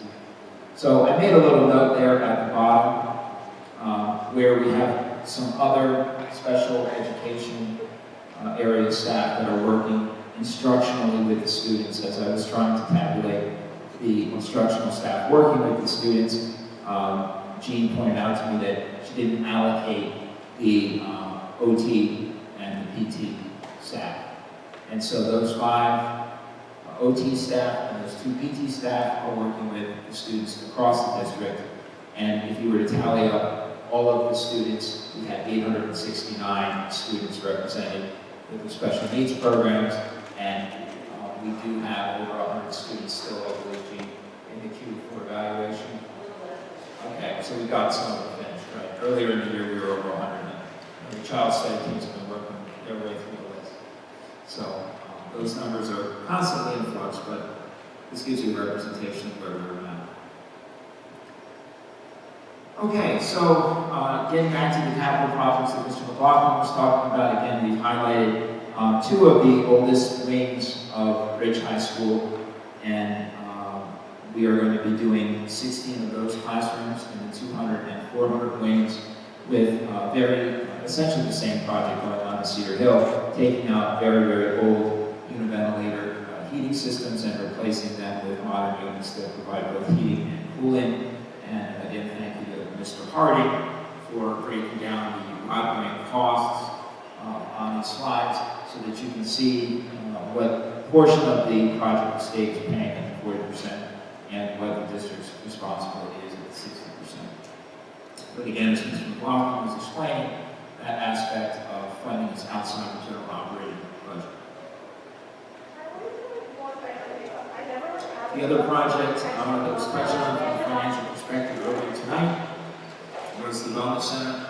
The total construction cost of $462,000, as Mr. McLaughlin pointed out, is being done through a 5-year lease purchase, essentially, and also through funding from the Ridge Sports Foundation. The project is being funded through the same revenue stream, in large part as the turf field replacement, which is pictured here for Ridge High School. And note that in that turf field replacement, we're also making some improvements to the system for the goalposts and the soccer goals.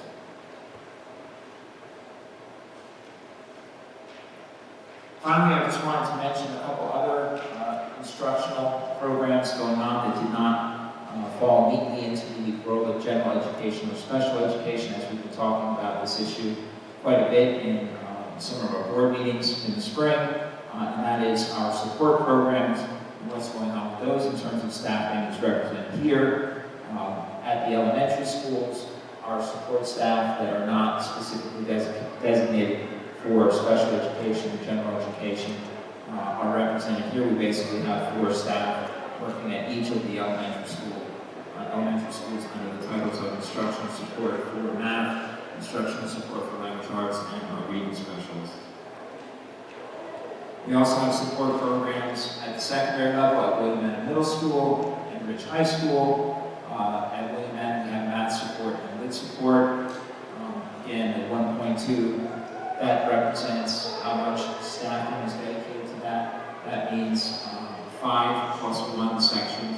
So 1 and 1/5 of a teacher. 1.2 is 1 and 1/5 of a teacher. Each teacher teaches 5 classes, so 1 and 1/5 means 6 classes. Lit support is 1 and 4/5, so that means 5/5 plus 4/5 is 9/5. So there's 9 sections of lit support being taught at William Mann. And finally, math, again, 1.8 is 1 and 4/5 staff, which is almost 2 full instructional bodies teaching those 9 sections. At Ridge High School, then we have 5 sections of math, and that is not the measures of academic progress. That's the testing system that we sometimes use, not to be confused with motivating adolescent performance, which is the other math, and yes, we are academic crazy in education. Sorry about that. And finally, a math seminar at Ridge High School is 4/5 of a teacher, almost 1 full-time equivalent. And I believe that's split in 2 sections of geometry support and in 2 sections of algebra 2, if I'm not mistaken. That is what the math seminar support classes are at Ridge. Okay, so that brings us to some of the dialogue the board's been having over the last couple months. It's been trying to figure out where we might be able to wrangle out some extra staffing to help meet our needs. Some of the priorities that we've talked about at length and that we have also advertised on an anticipated opening basis are asterisked here with the gifted and talented staff, an ESL teacher, a math teacher for Ridge High School, 0.6 a nurse, a part-time nurse for the district, and some additional help at the high school in the form of English language arts and social studies. As always, we carefully watch the master schedule progress. We watch the enrollments at the elementary schools, and we try to make sure that we respond accordingly as we finalize our preparations for opening in the fall. We've also had some conversations about the consideration of an administrative position to work as an interventionist, if you will. These conversations are ongoing, and of course, before anyone gets hired, they are presented on the agenda for the Board of Education's consideration.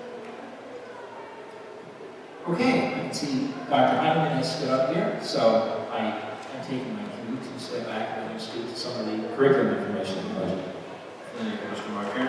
Just a few things from the curriculum budget. The first one with some new courses.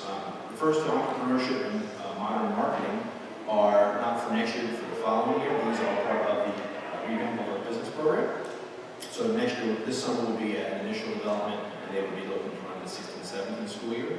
Obviously, AP Computer Science is one of the big ones as we begin our STEM initiative. We'll be back here in 2 weeks to see the full presentation on that. Francophone Culture and Society B is a follow-up course to our A course, which ran this year. And the grade 3 course math GT program, which we talked a little bit about this year, that's going to be designed this summer. And last is the Bachman Life Skills program. As I said, it's about life skills and decision making, but it's part of what we've been in discussion with drug and alcohol abuse and that whole concept in our health curriculum, how we can improve that and add more. So some major revisions, these aren't new, these are just some things that will be changed, and I try to put on some of the big things. As was mentioned earlier today, the next gen science standards, we have 2 years to implement those. We've started a little bit on the high school, and next year we're going to complete revamp of the middle school courses. So the courses won't change as far as course title, the course titles are the same, just the curriculum and standards have changed for those for the next gen. Program evaluations are underway. We began these last year, we have a couple more underway for the upcoming year. The K-6 school counseling program, actually the next two, school counseling and the math program are actually two that are being written because they've never been formally created as a curriculum document. So they've been taught by teachers and they exist. You have counselors doing lessons, but we've never actually formalized it. And they actually are using the Association for School Counselors set of standards to design those curriculum documents. And the math program, once again, it's a dynamic course, right, depending on what students are in that course, but you need to have some foundation. Part of what we're working on is building that in the curriculum document. The other two are pretty easy. Level 2, World Language, we did level 1 last year, and the high school American History course we're all the way through this year. Text subscriptions and supplies. Some of the new things, membership to the New Jersey Educational Computing Cooperative. This is kind of one of those initial moves for STEM. The cooperative gives us access to pricing and workshops and contacts in the state that have a lot of STEM goings on already. That's a very big benefit for us. Mr. Marquardt mentioned reading specialist, and we like to send our reading specialists in the district to literacy conference each year. That's in the budget. AP courses and workshops, that happens every year. It's a pretty consistent piece, but they are expensive. Part of running rich AP curriculum is making sure you send your staff to get trained as the curriculums change, which they do frequently. Expansion of titles for our grades 3 through 9 lit circles, so that's different novels.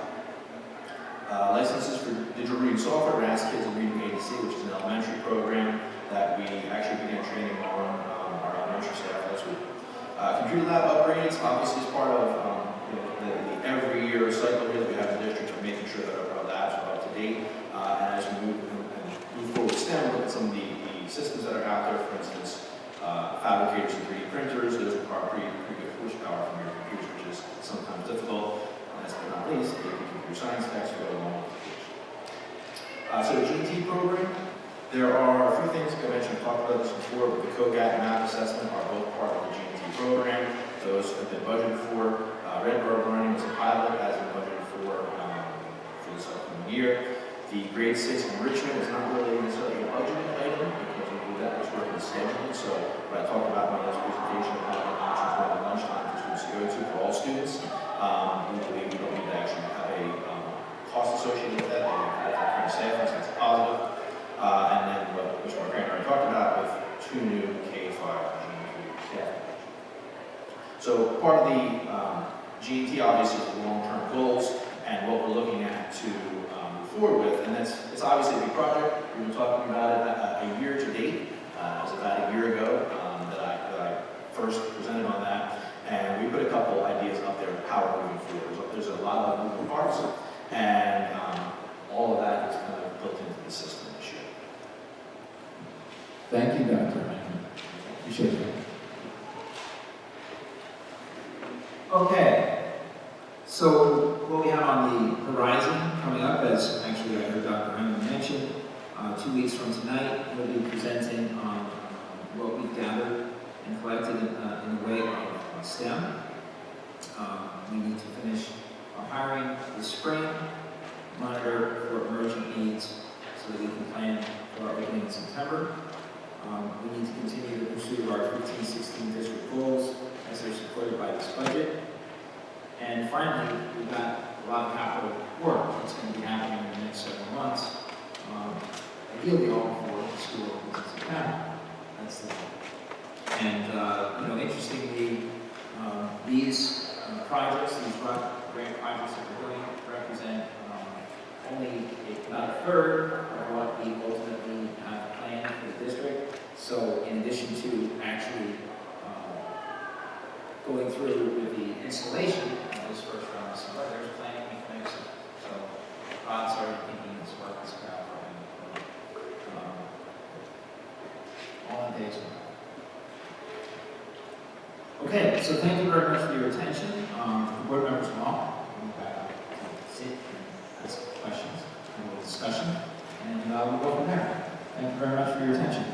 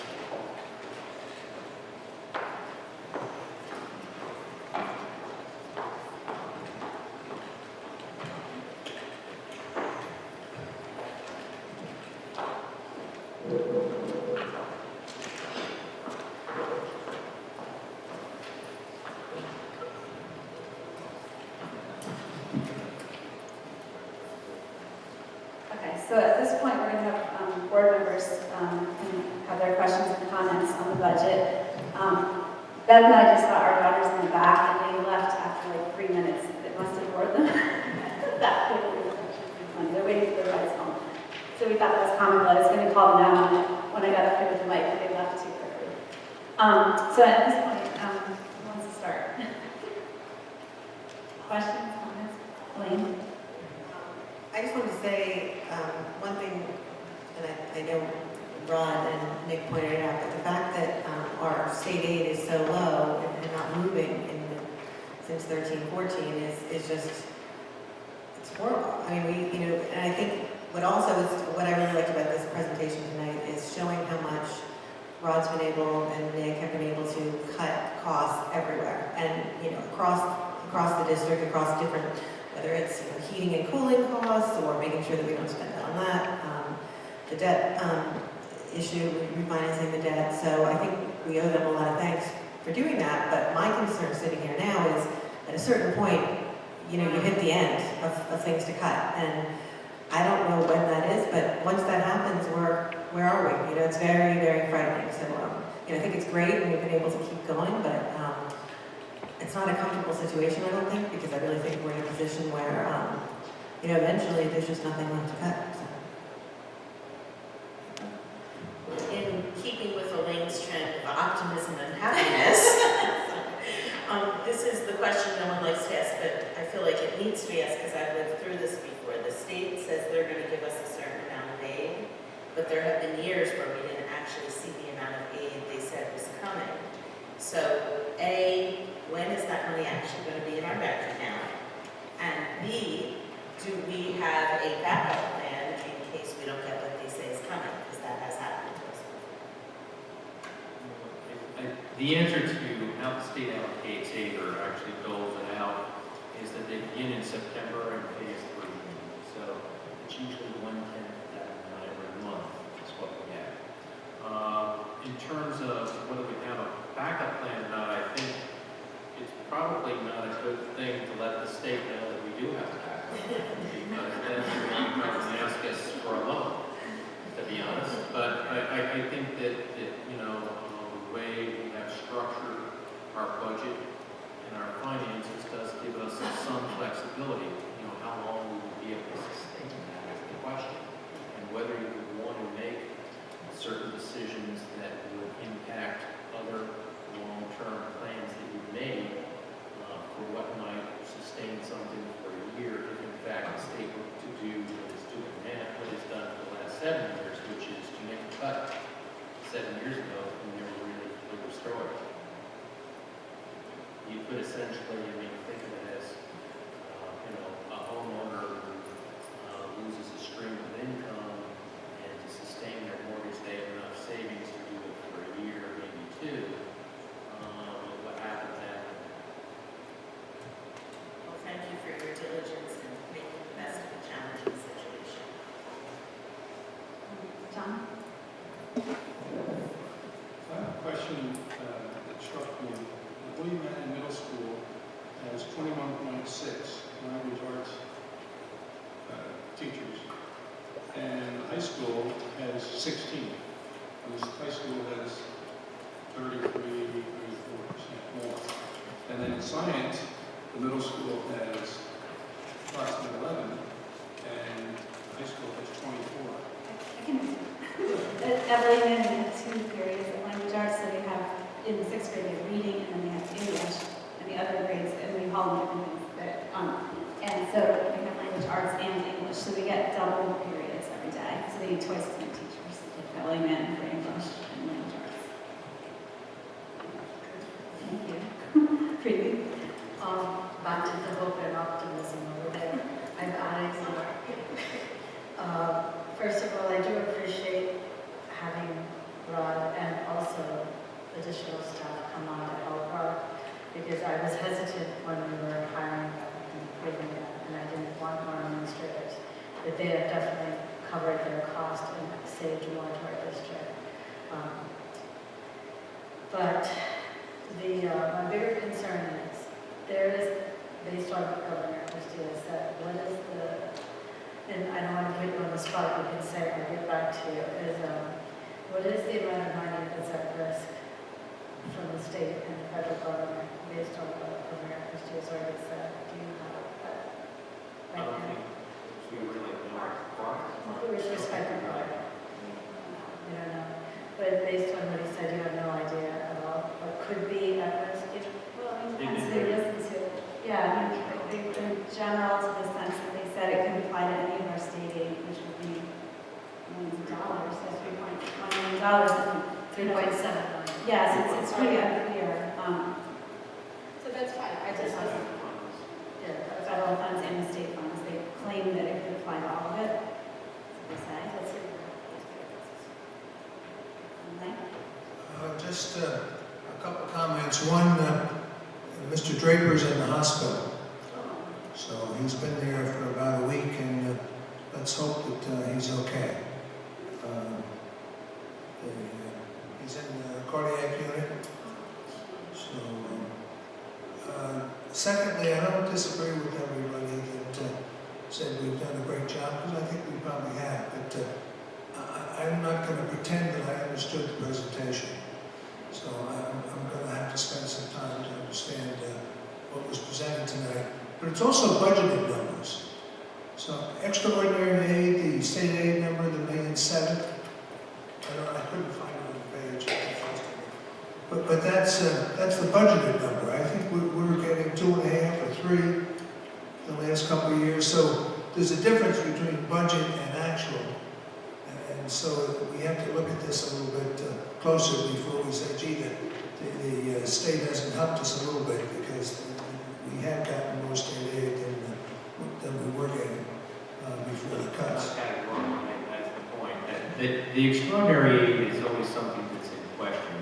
The categorical aid is the piece that's constitutionally mandated in their school funding reform act. So when you look at that, that's the ongoing kind of guarantee that they have for basic programs. They give you so much per student in general, and they give you so much additional if that student's in middle school or high school.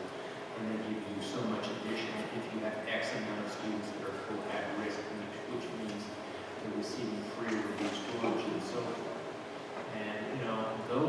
what they say are the minimum.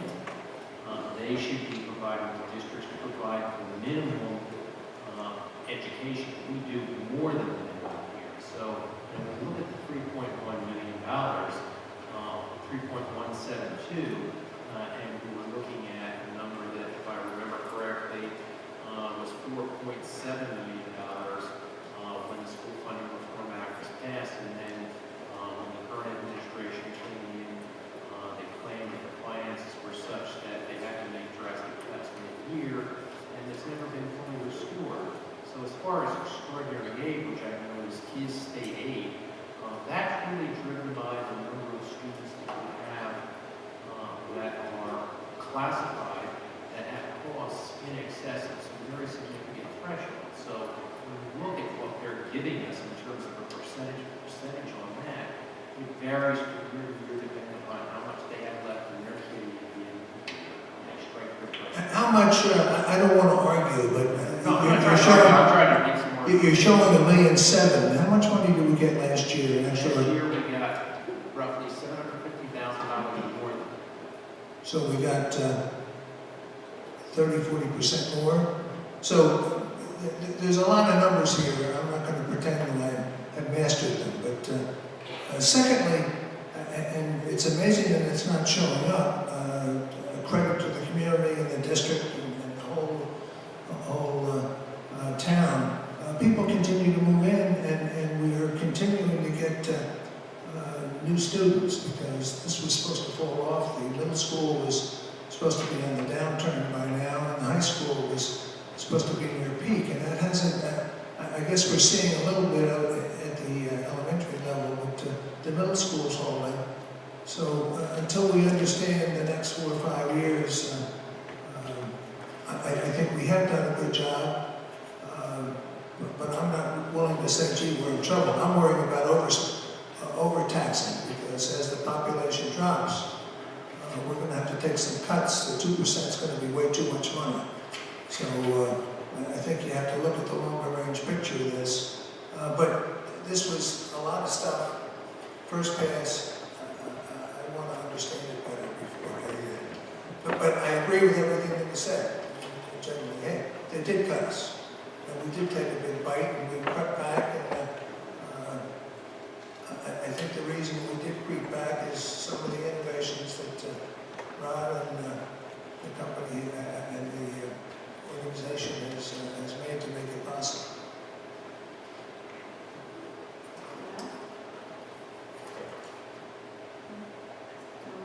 Okay, at this point, we'll have public comment on the budget. The microphone is down there, and I assume the clipboard is also down there. This is specific to the budget. If you have comments on other things on the agenda, we're going to have that in a couple moments. Okay? Yes, thanks. Probably ought to use microphones. I have a really loud voice.